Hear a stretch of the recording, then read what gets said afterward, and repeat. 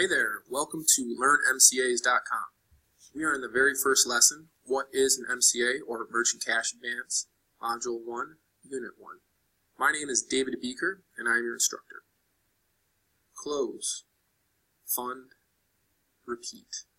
Now that is going to be the mantra of this course, as well as what you are striving for as a sales closer, or sales opener for that matter. And here we can see the entire outline of this course, which was designed to take you from A to Z, starting with the MCA all the way to actually funding a deal and earning a commission. So in this module, we will be covering exactly what is a merchant cash advance, and isn't it just a small business loan? We will be going over a brief history lesson of merchant cash advances.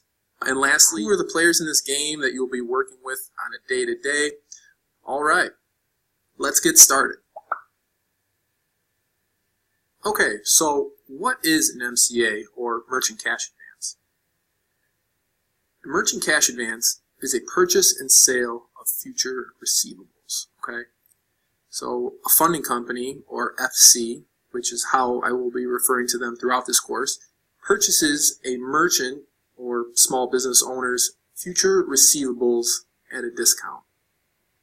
So, in other words, for example, say a small business owner needs capital.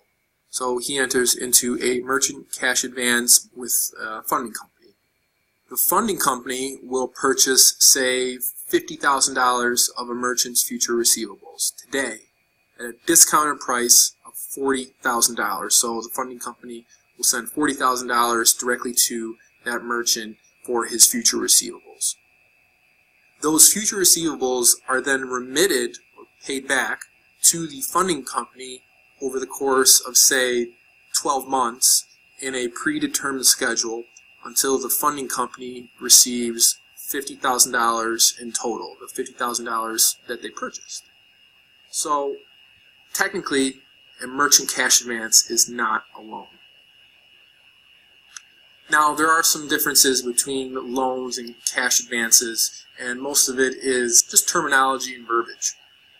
So, for a loan, you have a loan contract. For a merchant cash advance, it's a buy-sell agreement. For loans, they are personally guaranteed. So, if a merchant defaults on a loan, they can be held liable personally to pay back that loan. Now, a merchant cash advance may not be personally guaranteed. So for loans, you make payments to pay back that loan.